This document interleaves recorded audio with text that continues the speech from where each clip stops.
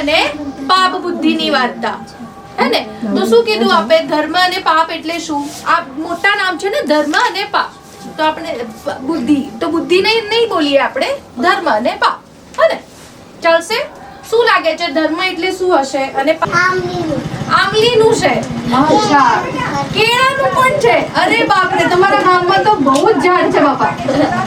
અને ઘર નથી વિચાર્યું, અને હજુ વિચાર કરતો તો હું જઉં મારા મિત્ર પાસે, ધર્મ પાસે, હું જઉં ધર્મ પાસે, હું જઉં ધર્મ પાસે. અને પછી એને ગયો, છેલ્લે ધર્મ પાસે ગયો અને એને ધર્મને કહ્યું. દેખાય છે? આ એનો વિચાર આવ્યો છે કે અમે શહેર જઈશું હે ને. તો એ ગયો ધર્મ પાસે અને ધર્મને કહ્યું, ભાઈબંધ, આપણે એક કામ કરીએ, આપણે છે ને કમાવા માટે શહેરમાં જઈએ, બરાબર? આપણને ઘડપણમાં પૈસા ભેગા કરવા પડશે, નહીં તો પછી આપણું ઘડપણ કઈ રીતે નીકળશે? પૈસાની તો જરૂર છે જ આપણને. આપણા ગામમાં કઈ ભરેવાડ નથી, આપણે શહેરમાં જઈએ હે ને. અને એમ પણ ગામમાં રહીને શું કરીશું? ફરવાનું તો છે. દેખાય છે બધાને? અને એ પૈસા લઈને ક્યાં ગયો? પોતાના ઘરે નિરાતે સૂઈ ગયો. 2 કોડિયા વધારે ખાધા સૂતા પહેલા ને સૂઈ ગયો. હવે શું થઈ? સવાર પડીને નાઈ ધોઈને કોની પાસે ગયો? ધર્મ પાસે હે ને. ફરી ધર્મ પાસે ગયો હે ને. અને ધર્મને કીધું કે હવે તો આપણને આવીને 3 દિવસ થઈ ગયા છે, મને એવું લાગે છે કે આપણે ફરીથી આપણા પૈસા જંગલમાંથી પાછા લઈ આવીએ હે ને. ધર્મે કીધું હા સાચી. ધર્મ આપણો તો હોશિયાર હતો ને, એને શું કીધું તરત? તારા ને મારા સિવાય કોને ખબર હતી? તે જ તો કીધું હમણાં થોડી વાર પહેલા. તો આનો તો કોઈએ નજરે જોનારો સાક્ષી છે જ નહીં. એ સમયે આપણા પાપને કંઈક સૂઝ્યું. શું સૂઝ્યું? એને એવું કીધું, સાંભળો, ઉભા રહો, છે એક સાક્ષી છે. કોણ છે સાક્ષી? કોણે જોયું છે નજરે? તો એને કીધું કે સાક્ષાત દેવતાએ જોયું છે. અમે જે જંગલમાં આ ધન દાટ્યું હતું ને, એ વન દેવતાએ જોયું છે. એ આપશે આપણી સાક્ષીનો પુરાવો. કરીશું. ત્યારે આપણો ધર્મ કેવો હતો? બુદ્ધિશાળી, હોશિયાર હતો ને. એને શું કર્યું? એને આજુબાજુમાંથી સુકાઈ ગયેલા ઝાડ, પાન, લાકડા, ઘાસ, જે પણ સૂકું એને મળ્યું એ બધું ફટાફટ ભેગું કરવા માંડ્યું હે ને. દેખાય છે બધાને? અને ક્યાં ગયો?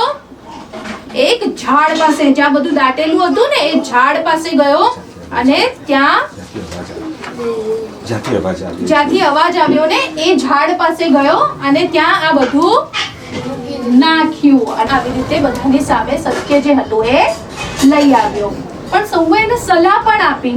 શું સલાહ આપી? કે આપણે કશું પણ વિચારતા પહેલા એના ગેરફાયદા એટલે એના નુકસાન વિશે પણ આપણે વિચારવું જોઈએ ને. તો ઋષિએ એમને કહ્યું કે આવી રીતે કોઈ આપણે કશું પણ વિચારીએ એના ગેરફાયદાનો પણ વિચાર કરવો જોઈએ. ચાલો, તો આજની વાર્તા અહીંયા. તો હવે મને કહો, આપણે વાર્તામાંથી શું સમજાયું? આ બાજુથી કહેશો મને કોઈ? આપ કહેશો બેટા? જીયા કે શું થયું વાર્તામાં? કોણ હતું વાર્તામાં? એને બોલવા દો બેટા. અહીંયા આવતી રહેતો. મેડમ જોડે જતી રહે અને બોલ. બાથમ બાકી કરે ને. લડ્યા ને 2 જણા. લડે તો શું થાય? અવાજો બધાના ઊંચા થઈ જાય. એવી રીતના ઋષિ મુનિએ સાંભળ્યું કે આ બધા અવાજો ક્યાંથી આવે છે.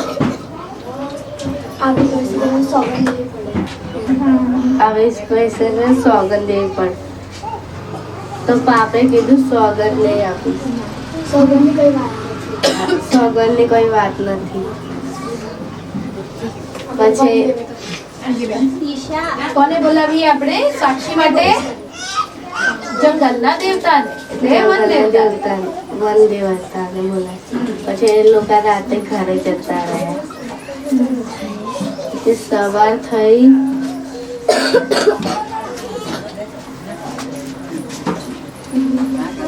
મળે એ લોકો ઋષિ સાથે ફરી એ જ જંગલમાં ગયા ખાડા પાસે. ખાડા પાસે આયા.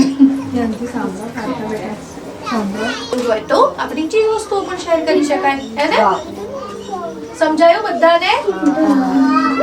તો આવતા મહિને આપણે ફરી વાર્તા સાંભળીશું. સરસ. આપને બીજું કઈ કેવું છે? બોધ સમજાયો વાર્તાનો બધાને? શું શીખ્યું તમે વાર્તામાંથી? લાલચ નહીં કરવી જોઈએ અને ચોરી નહીં કરવી જોઈએ અને મિત્રોએ એકબીજાને સમજી લેવું જોઈએ. જુઠ્ઠું નહીં બોલવું જોઈએ. જૂઠું નહીં બોલવું જોઈએ. કોઈને જુઠ્ઠામાં ભાગીદાર નહીં કરવાના. તમે કઈ ભૂલ કરતા હો તો કોઈને ભાગીદાર નહીં બનાવવાના. જે રીતના પાપે એના પિતાજીને ભાગીદાર બનાવી.